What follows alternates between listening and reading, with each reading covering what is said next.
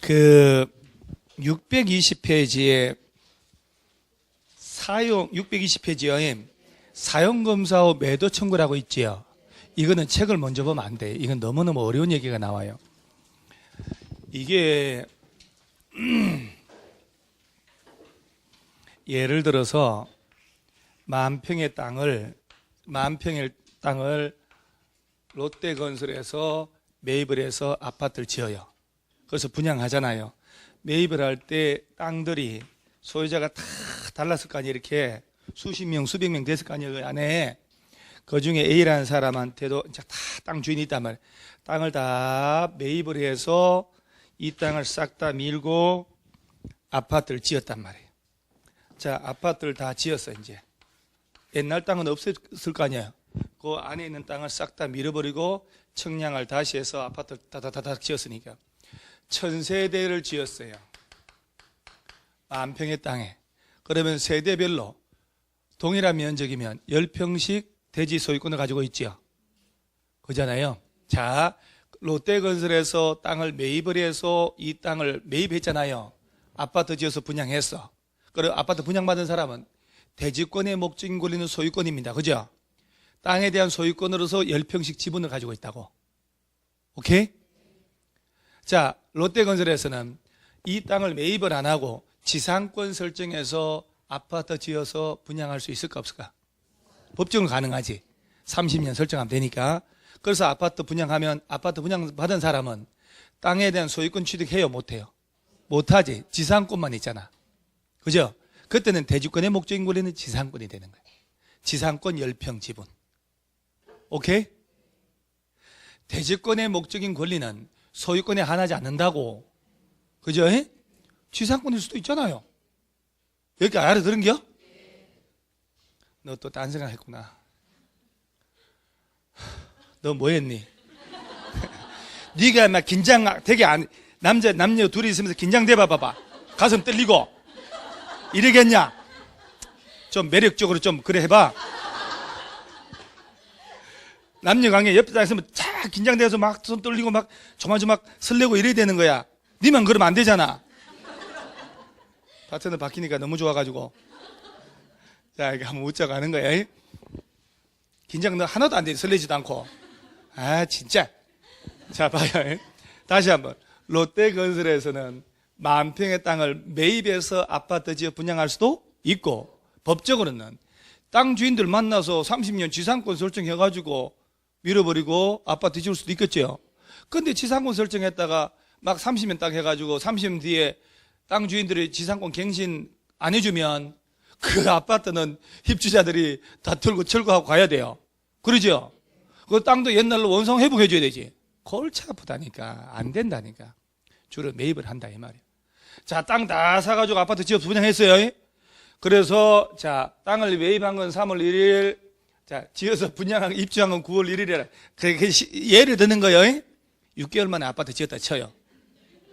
그런데, 원래 A가 등기 명의인인데, A가 롯데한테 판 거잖아요. 원래 A 것이 아니었던 거야. A-라는 삼촌이 땅을 사서 얘 명의만 빌려서 등기하고 있었던 거예요. 얘한테 팔아버린 거지, 얘가. 그러죠? 근데 뒤늦게 얘가 일본서 와가지고, 일본서 사받은 놈이요, 껌장사. 껌 팔아서 돈 벌어서, 여기 회장하고 비슷하네. 경쟁사 껌을 팔았지. 그 얘가, 왔더니, 이 새끼가 명의만 빌려놓고 조카 아니요? 얘한테 팔아버린 거지. 얘가 얘한테 매매로 넘긴 이 소유권 이전 등기는 효력이 없다. 무효. 얘가 법원에 소송을 제기한 거예요. 저희들끼리 약정한 서류들이 있을 거 아니요? 명의신탁 했더라도.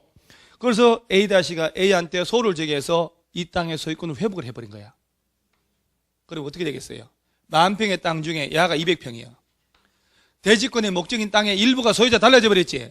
입주자들이. 야는 입주자들한테 계속 사용료 얼마 내라 아니면 내 땅 이용하지 마라. 자, 예를 들어 1000명이 공유하고 있다 쳐요. 공유자 1명도 전체 공유물에 소유권 효력 미쳐 안 미쳐요? 미치잖아. 골치 아픈 일이 벌어지는 거예요.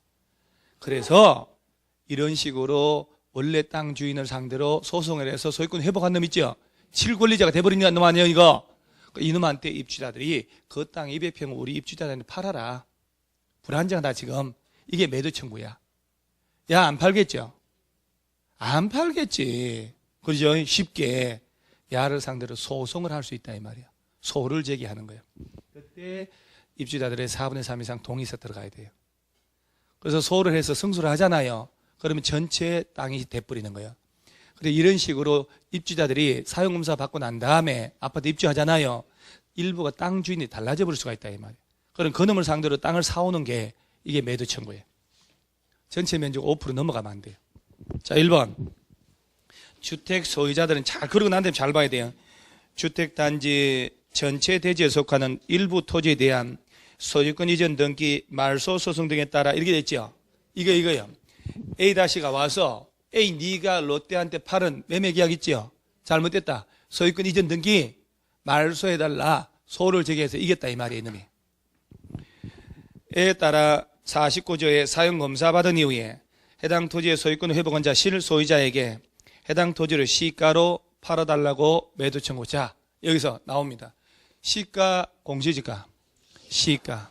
시가라는 말은 어디서 주로 나오나? 횟집에 가면 나와요. 광어 도다리 양식 25,000원. 자연산 시가. 그 제주도 가면 다금바리 시가. 먹었다가는 소화 안 됩니다. 먹고 난 다음에 배탈 나기 시작해요. 시가라 해놓고 50만 원 받아버려요. 먹고 배탈 난다니까. 시가는 절대 먹지 마요. 시가입니다. 공시지가라 그러면 틀려버린다. 두 번째, 주택 소유자들은 대표자 선정하여 위 일에 따른 매도 청구에 대한 소를 제기할 수 있고, 이때 주택 소유자 전체 얼마 동의? 4분의 3 동의 얻으면 돼. 자, 그러면 시가를 공시지가로 4분의 3을 3분의 1로 장난칠 수 있다는 걸 항상 생각해야 돼요. 2번, 3번. 위 일에 따른 매도 청구에 관한 소송에 대한 판결은 주택 소유자 전체에 대한 효력. 자, 이렇게 4분의 3 동의 얻어서 소를 제기했죠. 이겼다 이 말이요. 4분의 3에게만 효력 들어가는 게 아니라 전체에 대해서 효력 들어간다. 그러니까 전체 입주자 것이 돼버리는 거예요. 땅. 4번. 위 일에 따라 매도 청구할 때는 해당 토지 면적이 단지 전체 대지 면적이 얼마 미만? 5% 미만이어야 되고, 5번. 위 일에 따른 매도 청구 의사표시는 실소유자가 해당 토지 소유권 회복한 날부터 몇 년 내? 야가 소송에서 이겼잖아요. 2년 내에 매도 청구를 한 소장 들어가야 된다 이 말이야. 몇 년? 2년. 객관식 내기 얼마 좋습니까 진짜로. 주택 소유자들은 위 일에 따른 매도 청구로 인하여 발생한 비용의 전부를 사업주택이 구상할 수? 자, 이게 이런 얘기예요. 지금 입주자들이 돈을 모아서 소송했죠. 그래서 땅 매도 명령 떨어져가 땅 샀을 거 아니요. 소송 비용 2억, 땅값 5억, 토탈 7억 들어갔잖아요. 그 돈을 롯데건설에 가서 받아낼 수 있다 이 말이야. 너 왜 애초부터 실권리자 확인 안 하고 명의자만 보고 땅 샀냐? 우리 현행 등기법은 등기의 공신력 인정해야 하네요. 안 하니까 명의인과 실권리자가 다를 때 실권리자가 우선한다는 게 우리나라의 절차 실증법이잖아요. 롯데건설에 가서 그 비용 다 받아낼 수 있다 이 말이에요. 비용의 일부만 받는다 그러면 안 돼. 전부 받는다. 자, 그럼 보세요. 사용검사 후 매도 청구 들어가면 보세요. 어이, 그 땅 실소유자한테 땅 팔아라 이거 아니요? 전체 면적 얼마 넘었지 마라? 5%. 자, 야가 실소유권 확보했죠? 몇 년 내? 2년 내 가라. 시가 공시지가. 시가. 안 팔면 소송 제기할 수 있다. 동의 얼마 갖고? 4분의 3. 그러면 그 비용의 전부를 롯데 가서 받아낼 수 있다. 아, 이거 몇 번만 떠들면 무조건 시험 나올 때 다 맞춰요. 5%, 시가, 2년, 4분의 3, 비용 전부. 이거 뭐가 외울 거 있어요? 라고 얘기합니다만은 금세 또 잊어먹고. 그 희한하게 재개발, 재건축도 수업 시간에는 다 외웠어. 그죠? 수업 시간 깔끔하게 외웠는데 세월이 가니까 이 모래시계처럼 이게 다 없어지고. 끝! 한 장 넘기세요. 자, 622페이지 3절 제목이 뭐라고 돼 있어요? 공급. 줄치지 말고 가만 냅두세요. 624페이지로 가요. 이제 주택의 분양가격 제한에서 분양가 상한제 있나요? 드디어. 자, 아까 도시형 생활주택은 분양가 상한제를 적용한다 안 한다? 자, 분양가 상한제라고 텔레비 나오잖아요. 두 가지예요. 첫째, 공공택지 공급받아가지고 아파트 지을 때. 아까 공공택지라고 나왔잖아요. 공공사업으로 조성되는 땅. 공공택지는 저렴하게 공급받거든. 그 땅에다가 아파트 지어 팔아먹을 때는 분양가격을 국토교통부에서 정해진 택지비, 건축비, 기타 비용 넘어서 받지 마라. 분양가 상한제는 공공택지에 아파트 짓거나 민간택지라면 분양가 상한제 적용지역을 지정했을 때. 자, 1번. 사업주체가 54조에 따라 일반에게 공급하는 공동주택 중에 다음 어느 하나에 해당하는 지역에서 공급하는 주택의 경우는 이 조문에서 정하는 기준에 따라 산정되는 분양가격 이하로 공급하라. 박스에 기억 줄체 공공택지 안에서 아파트 지을 때 니은 둘째 줄 끝에 가로치고 분양가 상한제 적용지역 안에서. 여러분요, 분양가격 제한, 분양가 상한제는요, 분양가격을 국토교통부에서 정해진 기준 금액보다 비싸게 받지 말라는 얘기예요. 그 분양가격 제한 받는 것은 건설회사가 두 가지라는 얘기죠. 공공택지를 받아서 아파트 지을 때 이거나 공공택지 아닌 민간택지라면 뭘로 지정된 곳? 분양가 상한제 적용 지역 지정했단 말이에요. 그러면서 동그라미 2번. 다만 다음에 어느 하나에 해당하는 경우에는 그러하지 않다. 기억 줄쳐야 돼요. 도시형 생활주택 짓거나 니은에 경제 자유구역 삐그스림하게 돼 있잖아요. 그 다음 줄에 관광특구 있나요? 동그라미도 하고. 단 관광특구 안에서는 층수가 몇 층 이상 이거나 높이는 150m 이상인 아파트 지을 때 면제됩니다. 자, 여러분요, 관광특구 지정했잖아요. 안에서 층수는 55층인데 높이는 120m짜리 아파트 지어서 분양가 상한제 적용한다 안 한다? 자, 층수가 몇 층? 이상이고 150m 이상이죠. 그러니까 둘 중에 하나만 갖추면 면제되는 거예요. 분양가 상한제 적용하지 않는다. 50층 이상 이거나 높이는 150m 이상의 이러한 초고층 아파트 지을 때는 네 마음대로 비싸게 지으라는 얘기. 자, 다시 한번. 분양가 상한제 적용지역 지정했거나 공공택지라도 도시형 생활주택 지을 때 송도 경제자유구역 같은 지정된 곳에서는 분양가 상한제 적용한다 안 한다? 안 한다. 관광특구 묶였을 때 층수 몇 층 이상 아파트 50층 이상 이거나 높이가 150m 이상 아파트 지을 때는 분양가 상한제 적용 안 하는데 얘들도 빈칸용 문제로 나올 수 있는 거예요. 요새 그런 문제 많이 나오거든요. 50층 150m 관광특구. 그 다음에 한 장을 딱 넘어가면 자, 저 627페이지에 하단에 분양가 상한제 적용 지역이 있나요? 627페이지요? 57페이지라고 그랬어요? 27페이지라고 한 거 맞죠? 아, 나 진짜 A씨 한번 듣고 난 다음에 그 다음부터 아주 신경 많이 씁니다. 저쪽 김포 아줌마 A씨 그래가지고 내가 맞아 죽는 줄 알았다니까요. 페이지 잘못 얘기했다고. 627 하단에 분양가 상한제 적용 지역 나오죠. 자, 지금부터 여러분요, 공공택지가 아니고 왜 민간택지 있죠? 에서 아파트 지을 때 국토교통부에 가서 야, 여기는 분양가 상한제 적용받는다 하고 지정한다 이 말이요. 그 지정할 때 어디를 대상으로 하는지가 이제 시험에 나올 수 있다 이 말이에요. 1번 국토교통부 장관은 줄 딱 치고 주택가격 상승률이 물가 상승률보다 현저히 높은 지역으로 그 지역의 주택가격, 주택거래 등등 다 고려했을 때 주택가격이 급등하거나 급등할 우려가 있는 지역 중에 분양가 상한제 적용지역 지정하는 날이 속한 달 바로 전달부터 소급하여 3개월간 해당 지역 주택가격 상승률이 해당 지역 포함된 시도 소비자 물가 상승률의 2배 초과한 지역으로 다음에 해당한 지역 심의 거쳐서 어떤 명짤 보면 죽을 것 같아요. 면 끝에 것만 줄치세요. 뭘로 지정할 수 있다? 자, 누가요? 국토교통부 장관. 그 두 마디만 줄치면 돼요. 그리고 한 장을 딱 넘겼더니 박스가 나오네. 야, 빈칸용이잖아요. 이거 모의고사 어제 그제 나온 거 아닙니까? 다 틀렸겠네.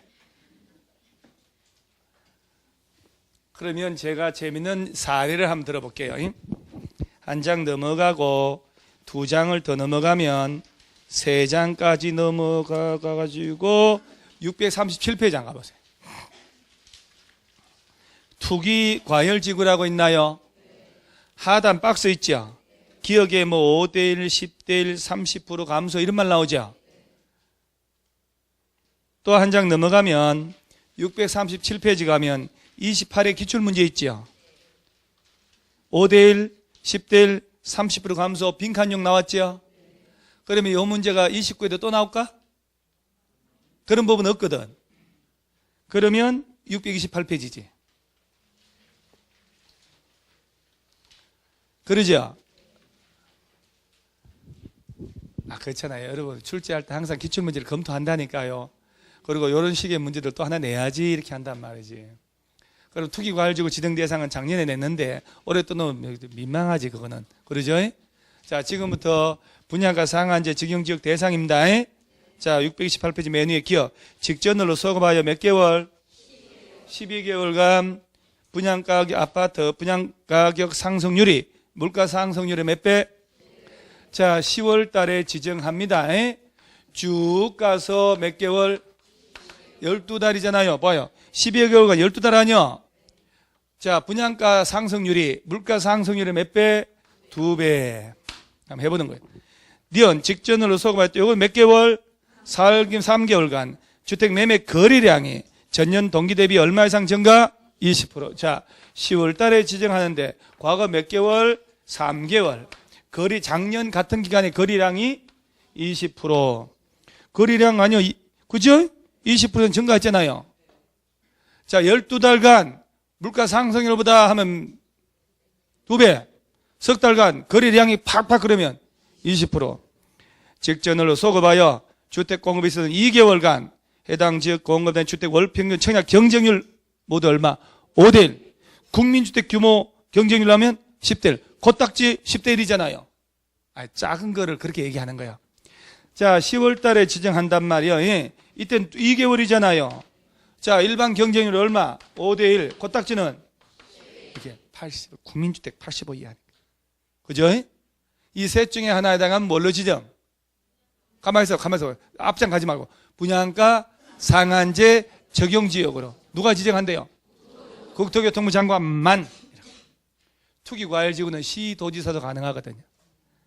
자, 그러면 10월달 지정하잖아요. 12개월 나오면 물가 상승률보다 2배. 석 달간 거래량 작년 동기 어쩌고하면 20%. 경쟁률 2달간 하면 5대1 코딱지 10대1. 할 수 있겠는데? 빈칸용이겠죠, 이거. 이렇게. 자, 다시 한번. 자, 10월달 지정합니다. 직전으로 소급해서 쭉 12개월간, 12개월, 1년간. 물가 상승 그 시기보다 가격 상승 나오면 2배. 석 달간 거래량 팍팍 20%. 2달간 청약 경쟁률 5대1. 코딱지 10대1. 코딱지 찾지 말고요. 국민주택 규모니까 작은 거 아니요. 10대1. 자, 이 셋 중에 하나가 뭐로 지정? 분양가 상한제 적용지역. 아유, 기침도 아주 안 좋은 소리 나네. 그 다음에 넘어가세요. 저 633페이지 가세요. 공급질서 교란검지 있나요? 자주 나옵니다, 시험에. 자, 이건 뭔 얘기냐면, 이거 뭘 알고 들어가야 돼요. 여러분, 저 청약 통장 가입한 거 있죠? 통장 남한테 팔고 말이야. 조합원 자격 팔고 사고, 주택상환사채 팔고 사고, 그 다음에 우리 상계동에 백사마을 노원구 상계동에 저 주거환경개선사업 하잖아요. 거기 사는 사람은 국유지에다 집을 지은 거 아니요? 다 철거하잖아요? 그럴 때 그 사람들 막 철거하는 거 아니야? 어디 입주권 들어가, 입주권 딱지 나와요. 그런 거 사고 팔면 안 되는 거예요. 그런 걸 사고 파는 행위를 공급질서 교란 행위라고 하는 거예요. 못하게 해요. 그래서 1번 보세요. 누구든지 이 법에 따라 건설, 공급되는 주택 공급받거나 공급받기 하기 위하여 다음 어느 하나에 대한 정서 지위를 양도, 양수, 가로 속에 매매 동그라미, 정의 동그라미, 그 밖에 모든 행위 포함해서 안 되는데 상속 동그라미, 저당 동그라미는 제외됩니다. 633페이지에 맨 위에 박스 바로 위에 맨 위에 줄에 두 번째 줄까지 한 거예요. 매매, 증여 할 수 있다 없다? 없다. 상속 받는 건 죽어버리면 되잖아요. 저당은요? 상속 저당은 제외하고 양도 양수하거나 또는 이를 알선하거나 양도 양수 알선한 목적으로 광고해서는 안 되며 누구든지 거짓 그 밖에 부정하게 이 법에 따라 건설 공급된 정서 지위 주택을 공급받거나 공급받게 하여서는 안 된다는 거 박스 있잖아요. 요걸 물어보는 거. 요거 요 박스에는 기억 니은 여기 나오잖아요. 야들은 사고 팔고 하면 된다 안 된다? 안 된다. 상속은 그 죽지 마라 할 수 없잖아요. 그 다음에 저당은 된다. 기억 법 11조에 따라 주택을 공급받을 수 있는 지위 11조가 뭔지 모르잖아요. 그 옆에 뭐라고 써 있어요? 했네. 써줬네. 그 11조에 따른 주택 공급받을 지위란 옆에 가로치고 한마디 쓰세요. 이제 늦게 온 사람들은 이게 바로 주택조합원의 자격을 얘기하는 거야. 아까 지역조합원 되면 직장주택조합원 되면 우선 공급할 수 있다고 했어 안 했어요? 했잖아요. 그 자격 사고 팔면 된다 안 된다? 안 된다. 조합원 자격 사고 팔면 안 돼요.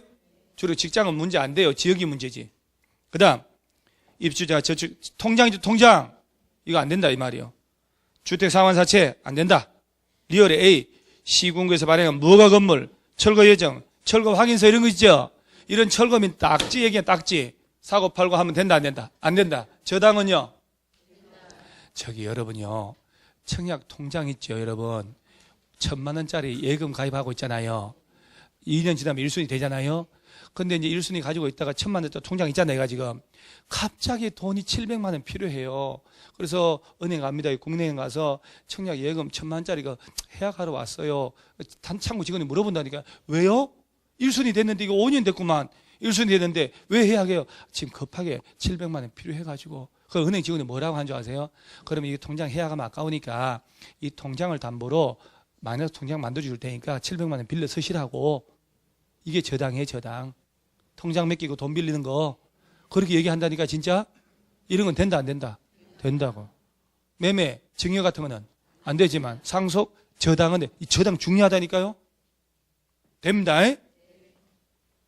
그 다음에 한 장 딱 넘어가고 634페이지에 6번에 저당권 설정 등의 제한이 있고 오른쪽에 3번에 부기등기 있죠. 자, 부기등기라고 배웠나요? 오, 저당권도 배웠죠. 저당권 이전 등기는 주등기로 해요? 부기등기로 해요? 에? 저당권 이전 등기도 할 수 있어요? 이거는 주등기로 해요? 부기등기로 해요? 부기등기로 해야 돼요? 왜요? 소유권 이외 권리 이전 등기니까 그런 말 하지 말고. 그건 초보가 하는 소리예요. 자, 여러분. 야가 1순위 저당권자요. 3월 1일. 야가 2순위 저당 4월 1일. 5월 1일. 저당권 3명이잖아요. 자, 그 다음에 3월, 4월, 5월. 하나의 부동산의 저당권자 몇 명? 자, 10억짜리인데 3억, 2억, 1억. 합쳐도 6억밖에 안 되니까 가능하잖아요. 10억짜리니까. 3월, 4월, 5일이요. 그리고 야가 이 고모님한테 7월 1일 날 채권 양도를 하는 거야. 아, 저 새끼 돈 진짜 안 준다. 고모님 3억 받아 쓰세요. 그럴 수 있잖아요. 채권만 넘어가면 되나? 저당권 넘어가야 되지. 수반성이 있으니까. 저당권 이전 등기 하는 거잖아. 그럴 때 주등기를 해버리면 1순위가 없어져 버리잖아. 야가 1순위 돼버리지. 야 2순위 되고 3순위 되잖아.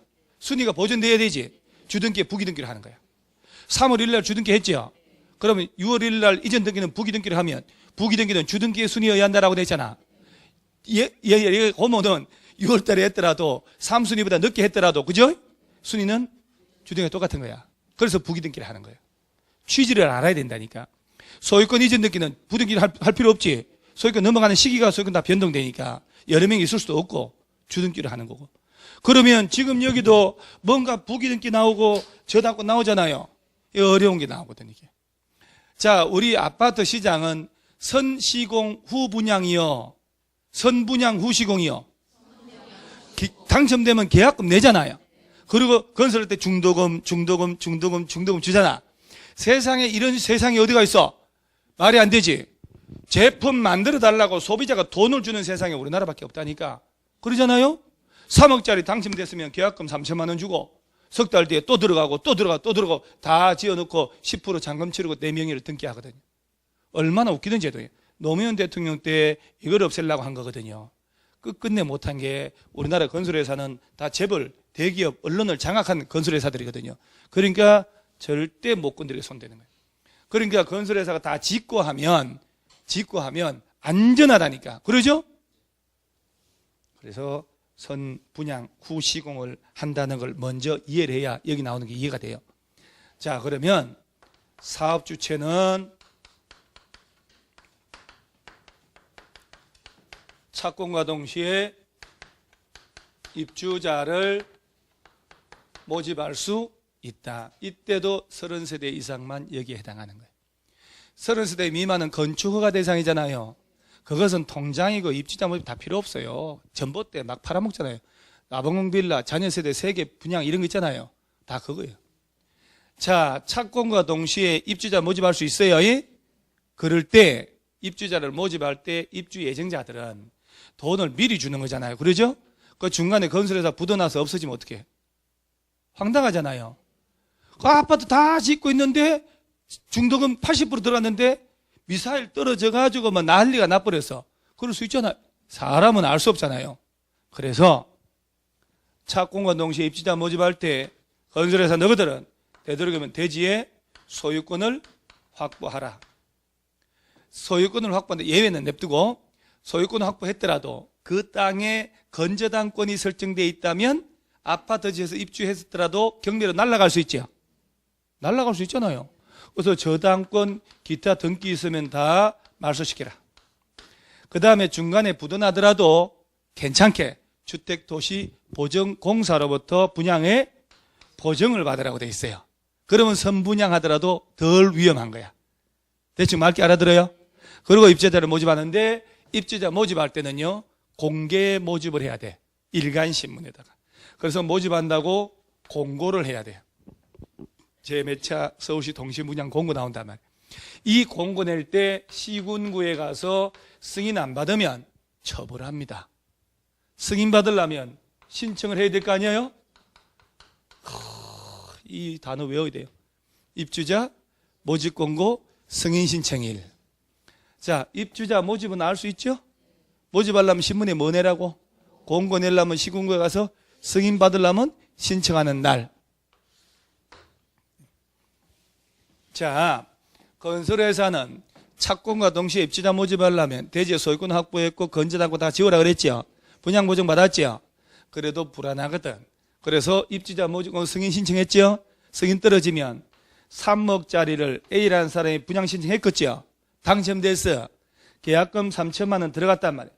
대지 조성하면서 아파트를 지어 건설회사 드디어 꿍딱 꿍딱 꿍딱 꿍딱. 몇 박자요? 다 지었잖아. 왜요?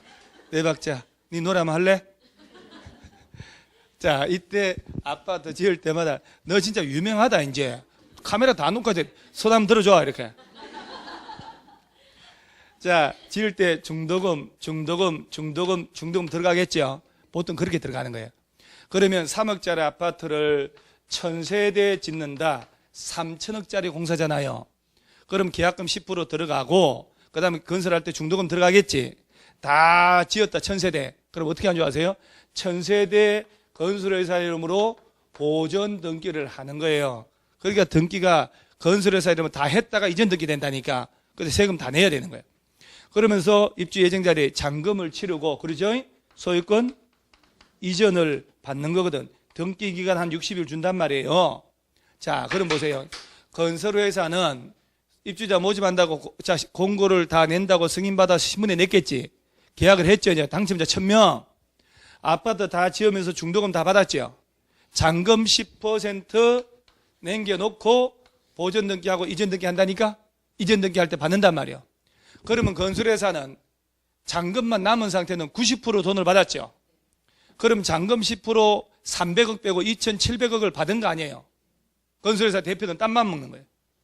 조성된 땅과 지어진 이름, 이게 아파트 있죠. 건설회사 법인 이름으로 보존 등기 했잖아요. 이걸 입주 예정자한테 잔금 받고 소유권 안 넘겨주고 집단으로 1000세대를 담보 제공하고 토마토 낑깡은행에가 제공하고 돈을 1000억 빌려서 도망가 버립니다. 그럴 수 있겠죠. 인간의 마음은 사악한 마음이 있기 때문에. 아니면 전체적으로 딴 놈한테 팔아넘기겠지. 그래서 이걸 못하게 합니다. 그래서 뭐라 하냐면 입주자 모집 공고 승인 신청한 날부터 너희들은 다 지어서 공사기간 그 다음에 이전 등기 신청 가능하다는 얘기는 입주 가능한 날이 되는 거예요. 이후 60일까지 이 기간 동안에 공사기간, 등기기간이거든. 조성된 땅과 완공된 주택을 제3자에게 매매 증여로 팔아먹거나 저당권 설정해서 담보 제공하고 돈 받고 도망가고 그런 짓 하면 안 되는 거예요. 그래서 저당권, 기타, 납분, 잡등기 하면 안 된다라고 된 거야. 그럼 저당권, 기타 등기 하지 마시오라고 할 때 언제부터? 이날부터 다 지어서 입주 가능한 날 이후 60일. 그럼 봐봐요. 대지의 소유권 확보하고 분양보증까지 받았고 저당권, 기타 등기 하지 마라, 팔아먹지 마라. 완벽한 것 같죠? 입주 예정자들한테. 아니에요. 자, 예를 들어서 건설회사가 대지를 조성하고 소유권 확보했잖아요. 아파트 짓고 있잖아요. 공사 도중에 등기부의 땅에 소유권 등기 다 지웠잖아요. 깨끗한 땅이라니까.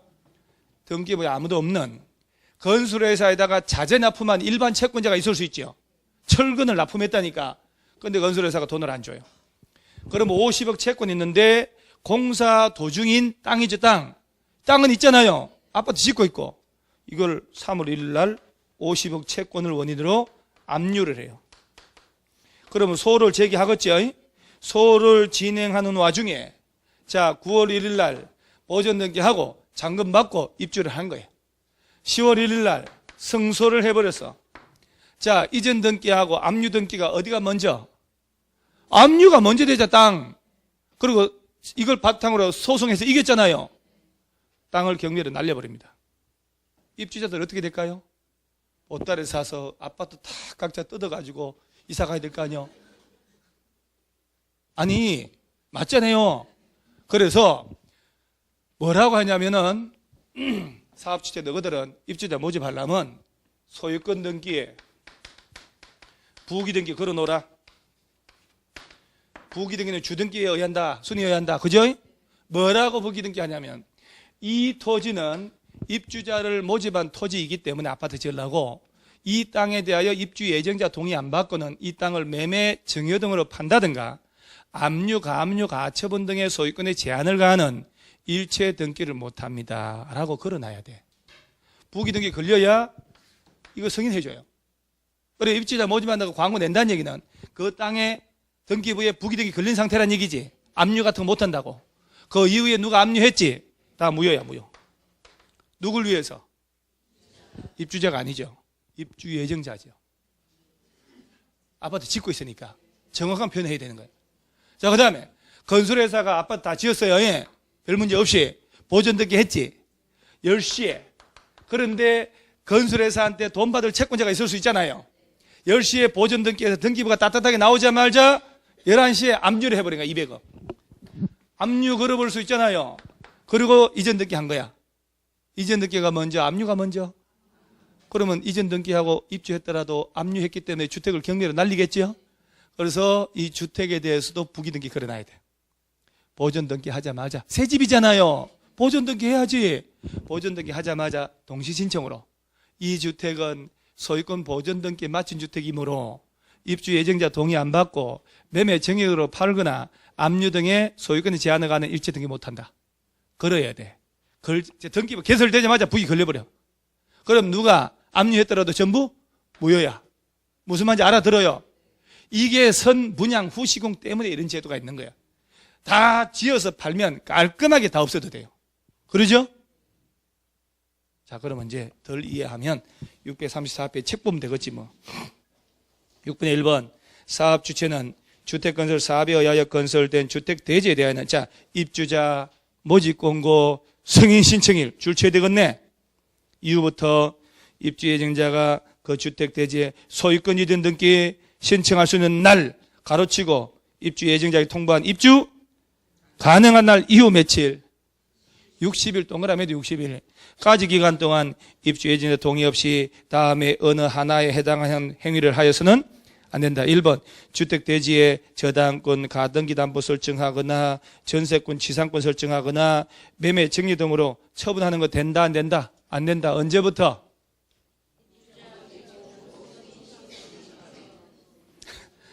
와, 여러분 이거 떠드는 게 그렇게 힘든가 봐요. 입주자 모집 공고 승인 후회합니다. 나중에 이거 나올 때 됐어요, 이거. 입주자 모집권고 승인 신청일부터 그 다음 언제까지? 입주 가능한 날 이후 60일. 소유권 이전 등기보다 입주 가능일이 더 잘 외워지니까. 며칠? 60일까지. 이 기간 동안에 땅과 완공된 주택을 팔아먹거나 담보 설정하거나 이런 거 하면 된다, 안 된다? 안 된다. 오른쪽에 부기등기. 의무 보세요. 저당권 설정 등의 제한을 할 때 사업주체는 해당 주택 대지가 입주 예정자 동의 없이는 타인에게 양도하거나 제한목구 설정하거나 압류, 가처분 등의 목적물이 될 수 없는 재산임을 소유권 등기에 뭐 하라고? 부기등기 하라고. 여러분 만약에 사업주체가 국가나 지자체, LH공사 등일 때는 부기등기 같은 거 할까 안 할까? 딴짓 안 하잖아요. 그럼 자, 한 장 넘기시고, 자, 동그라미 2번에 부기등기 시기. 국가가 뭐 돈을 못 갚을 일이 있어요? 제일 중요한 건 나옵니다. 동그라미 2번 부기등기 시기의 부기등기는 주택건설 대지에 대해서는 입주자 모집권고 승인 신청과 동시에 하고, 건설된 주택에 대해서는 소유권 보전 등기와 동시에 해야 합니다. 여러분, 이걸 서로 바꾸더만 얼마나 말이 안 되는가 내가 얘기해 볼게요. 자, 대지에 대한 부기등기는 소유권 보전 등기와 동시에 하라고 그랬죠. 여러분, 아파트 지을 땅 있죠. 땅에 압류 같은 거 못한다는 부기등기 하라는 거잖아요. 이 땅에 대한 보전 등기는 언제 할게요? 일제 때 했어요. 일제 때 1932년도에 예를 들어서. 그러죠? 그때 무슨 부기등기를 해요? 압류 같은 거 못한다고. 그래서 땅에 대한 부기등기는 언제 하라고? 입주자 모집한다고 승인 신청할 때 해놓고 오라 이 말이요. 알겠죠? 그 다음 주택에 대한 부기등기는 이때 뭐라 내는 줄 아세요? 이 주택에 대한 부기등기는 입주자 모집권고 승인 신청과 동시에 해래요. 주택 지어지지도 않았어. 말도 안 되잖아요. 주택은 언제까지? 소유권 보전등기 신청할 때 지어서 보전등기 해야 되니까 서로 바꿔버리더라니까. 동그라미 3번은 시험용이 아니고 내가 참고로 넣어놓은 거예요. 내용. 부기등기에는 대지의 경우 이렇게 해라. 이 토지는 주택법에 따라 입주자를 모집한 토지로서 입주 예정자 동의 얻지 않고는 당의 토지에 대하여 양도 제한목권 설정하거나 압류, 가처분 등 소유권의 제한을 가하는 일체 행위를 할 수 없음이라고 쓰고, 그 다음 줄 주택은 이 주택은 등기법에 따라 소유권 보존 등기에 맞춘 주택으로 입주 예정자 동의 얻지 않고는 당의 주택에 대하여 양도 제한목권 설정, 압류 등등등 소유권 제한하는 일체 행위 할 수 없음이라고 써놓으라 이 말이에요. 아까 그 얘기 했죠. 그러면서 저 밑에 동그라미 5번 제일 중요한 거 나옵니다. 부기등기 효력.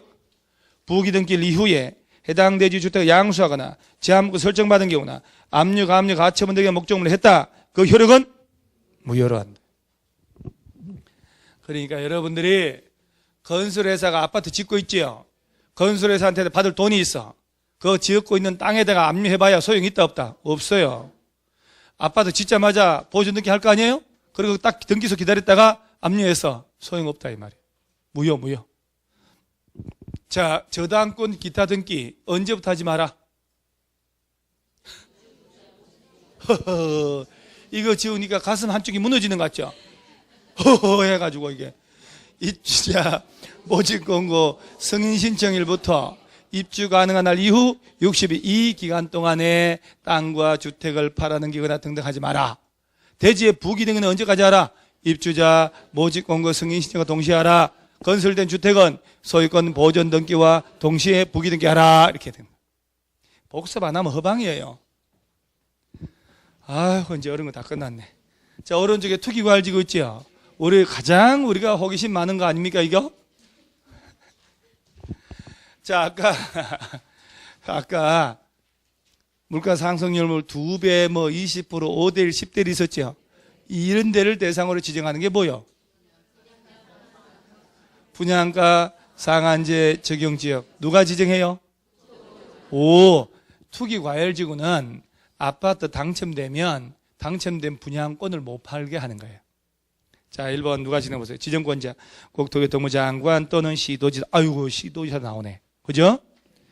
는 주택가격 안정을 위해 필요한 경우는 주거정책 심의의 심의 거쳐서 일정한 지역을 투기과열지구로 지정하거나 해제할 수 있다 해놓고, 맨 밑에 대상 박스 있지요?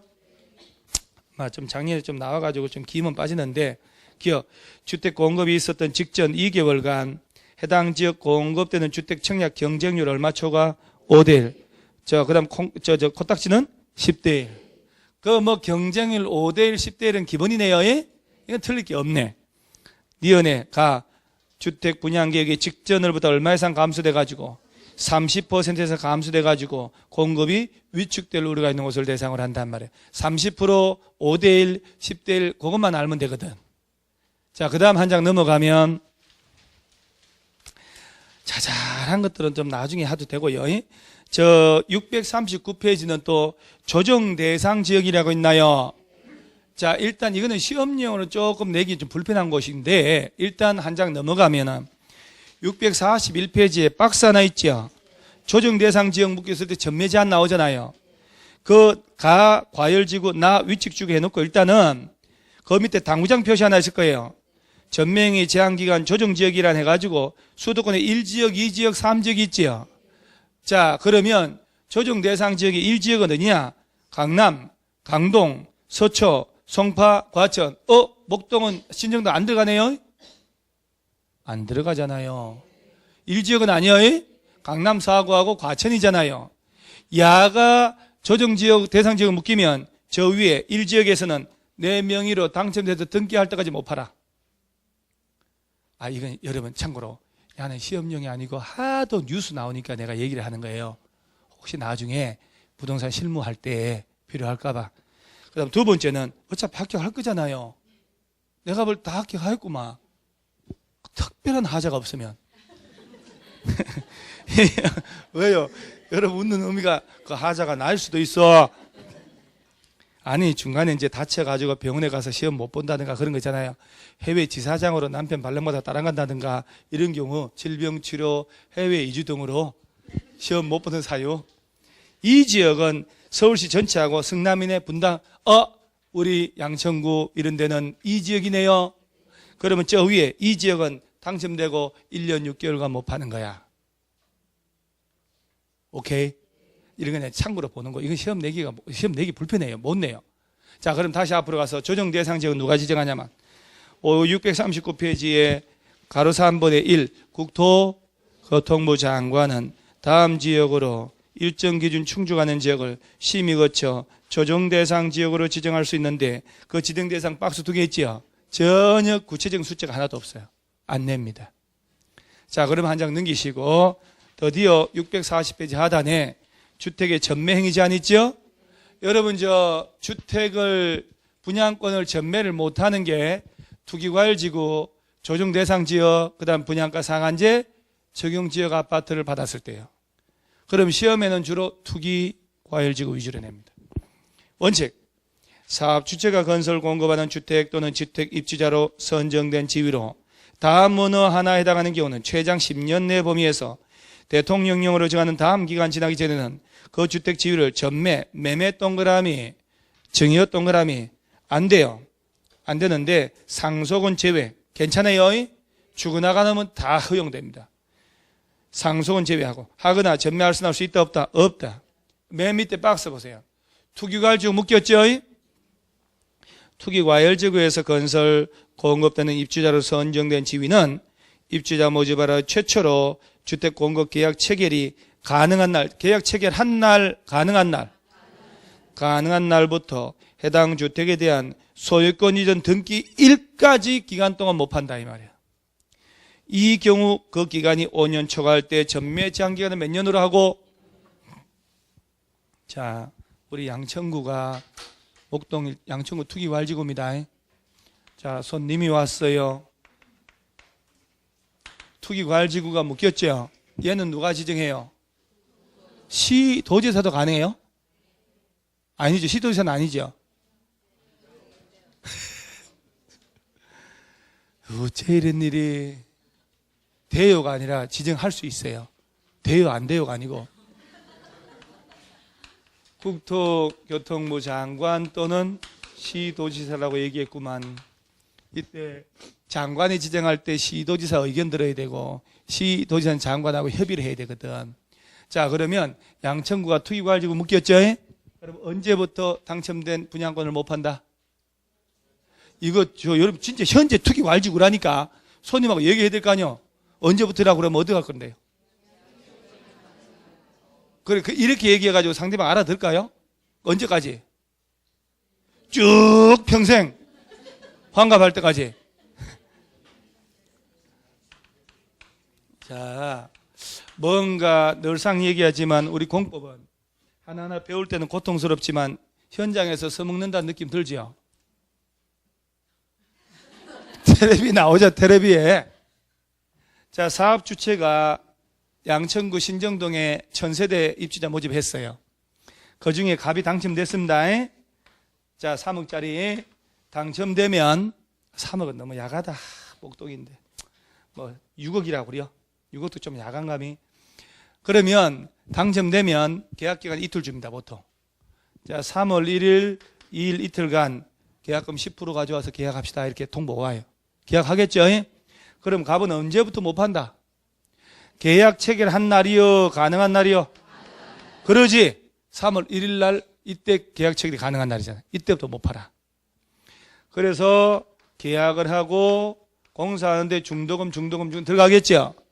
자, 공사가 다 완료돼서 사용검사 받으라고 그랬죠?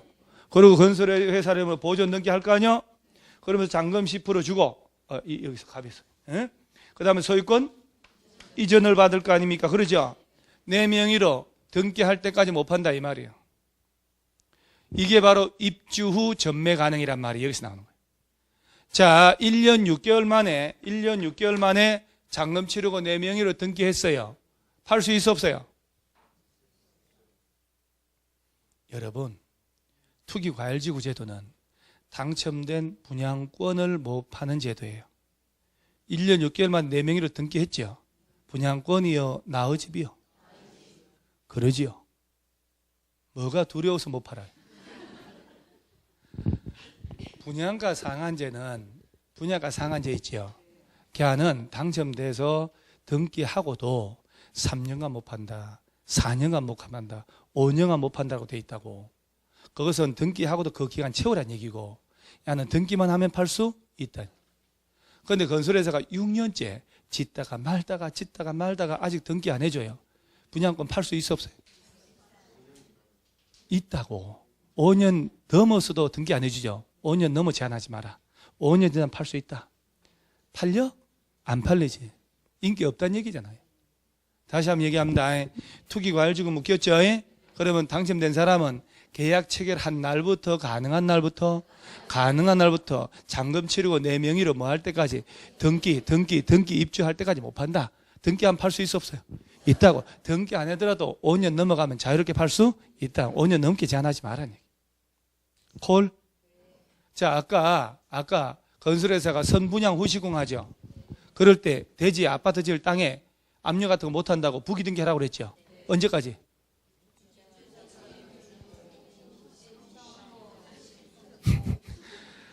이게 좀 무리였네. 입주자 모집 공고 승인 신청과 동시에 하라. 건설된 주택은 소유권 보존 등기와 동시에 하고, 그죠? 그 다음에 지역조합원 되려면 언제부터 무주택자? 조합 설립 인가 신청일부터 조합주택 입주 가능까지. 그런 표현을 자꾸 익숙해야 된다. 자, 투기과열지구 묶였어요. 언제부터 당첨된 분양권 못 판다? 계약 체결이 가능한 부터 언제까지? 등기할 때까지. 그 기간 몇 년 넘지 말고 5년 넘지 말고. 자, 그러면 이 사람이 계약을 하고 3천만 원 계약금 들어갔죠? 1차 중도금 3천 들어갔어. 6천 들어갔죠? 그 상태에서 을이 와가지고 중개업자 끼고 시커멓게 생긴 놈도 끼고가지고 팔으라고 쫄아서 팔았어. 분양권 팔잖아요. 그러면 적발됐다. 징역 갑니다. 몇 년 갈까 생각해보세요. 몇 년? 판 놈 1년, 산 놈 1년, 중개한 놈 1년, 합의 3년. 꼭 외우셔야 돼요. 3년 이하 또는 3천만 이하 벌금형입니다. 오케이? 이해 가죠, 진짜로? 그 다음 하나만 더 집에 보내줄 테니까. 야가 중도금 한번 들어갔죠? 그 상태에서 얘 아버지가 돌아가셨네. 하나 상속받았지? 식구도 걸려들어가면 2주택 되잖아요. 그때 팔아도 돼요. 등기 안 해도. 야가 해외로 이민 갈 수 있죠? 해외 2년 이상 가자 식구들 데리고 팔아도 돼요. 야가 지방으로 발령받았는데 팔아도 돼요? 그런데 신정동에서 길 건너 부천 작동으로 갔어요. 가깝잖아요. 수도권으로 갈 때는 안 됩니다. 그 다음에 배우자하고 갑다시 부인이잖아요. 이혼합니다. 이혼. 하면서 분양권 위자료주로 네 가지라. 될까 안 될까? 됩니다. 배우자인 상태에서 네 가져라. 배우자한테 주는 거는 될까 안 될까? 배우자인 상태에서 이혼하는 게 아니라니까. 마, 네 명의로 가져가. 이거 될까 안 될까? 좀 헷갈리네. 여러분 될 것 같아요? 안 될 것 같아요? 자, 그러면 자 일단 넘겨봐요. 643페이지 요거 해결하고 이제 집에 가면 돼요. 643페이지 하단에 전매제한에 예외 있나요? 위 일의 어느 하나에 해당하여 입주자로 선정된 자 또는 주택 공고받은 자의 생업상 사정 등으로 전매가 불가피하다고 인정되는 경우로 시행령으로 정하는 다음 어느 하나에 해당하여, 자, 사업주체, 거기 줄 채세요. 사업주체의 다음 줄, 뭘 받은 경우? 동의받은 경우에는 전매 제한을 적용하지 않는다. 한 장 넘기세요. 다음 페이지 박스 있네. 자주 나옵니다. 세대원의 건물이나 생업상 사정 등등 세대원 전원이 다른 광역시 등 시군으로 이전할 땐 된다니. 다음 한 줄 치세요.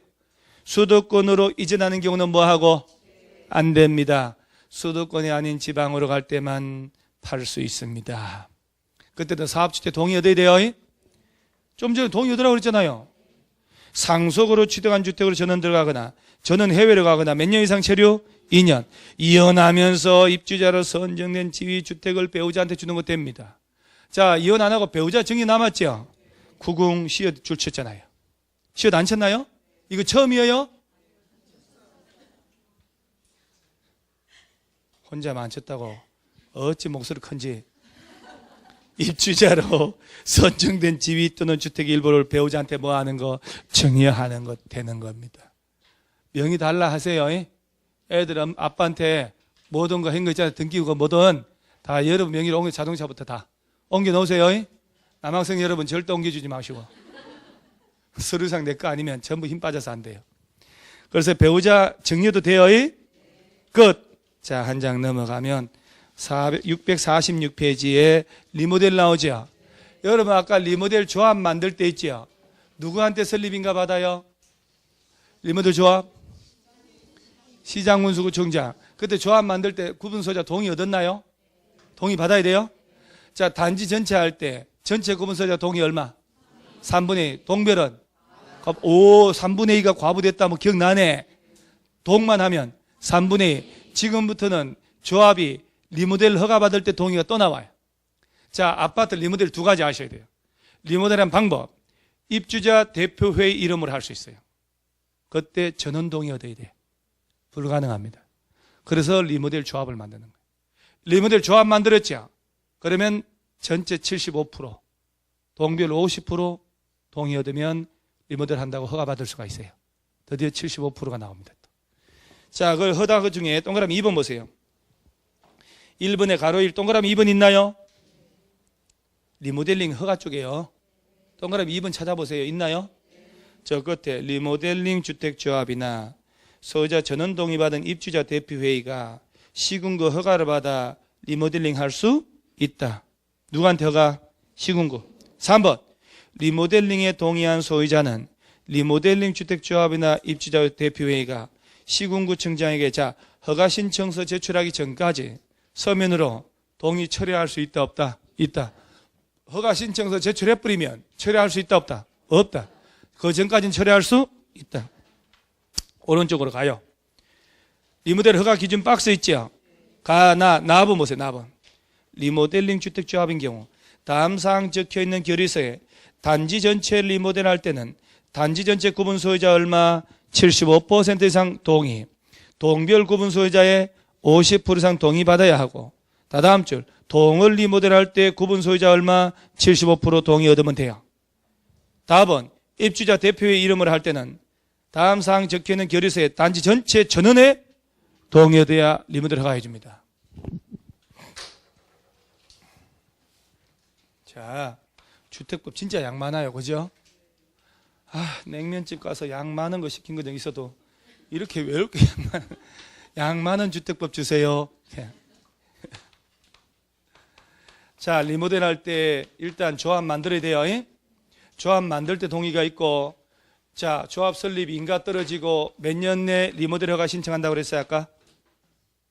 후궁.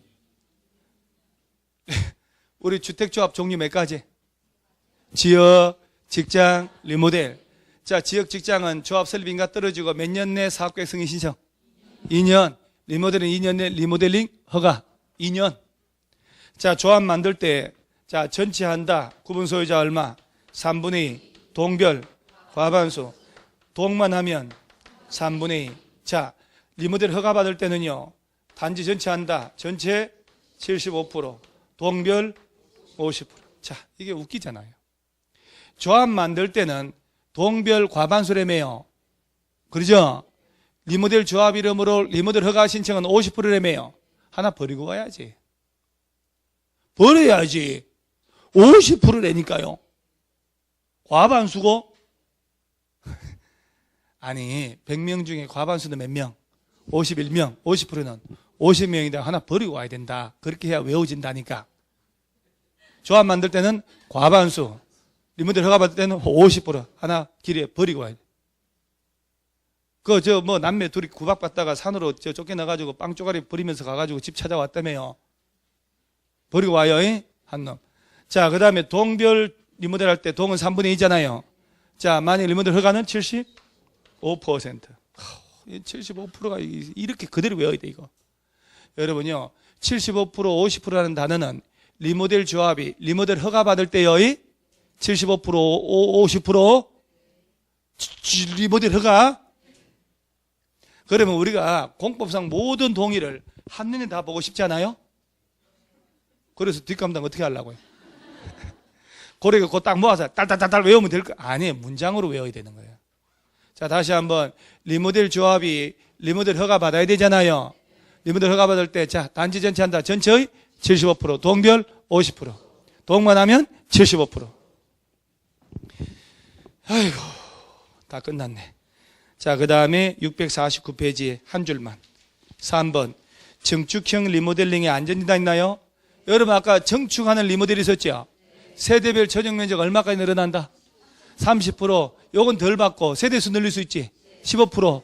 그럴 때 위로 올라가는 걸 뭐라고? 수직 청층. 몇 개 층? 3개 층. 14층 이하 아파트 2개 층. 그럴 때 안전진단 해야 된다 이 말이에요. 정축형 리모델 하는 자는 시군구에다가 안전진단 요청하면 돼요. 누구한테 가서? 시군구. 자, 여기까지는. 리모델 기본계획 이런 건 나중에 하면 돼요. 주택법 양 엄청 많죠? 그러니까 오늘 점심 먹고 주택법 펼쳐서 기초문제 펼쳐놓고 다부지게 읽고 문제 풀고 다부지게 3번만 반복하자 이 말이요. 독하게. 그리고 주택법 환이 보여요. 그리고 우리 다음 주부터는 처음부터 다시 가야 되죠. 마지막 일은입니다요. 결심을 단디하고 우리는 합격한다 생각하십니다. 자, 오늘 입안합니다. 수고했습니다.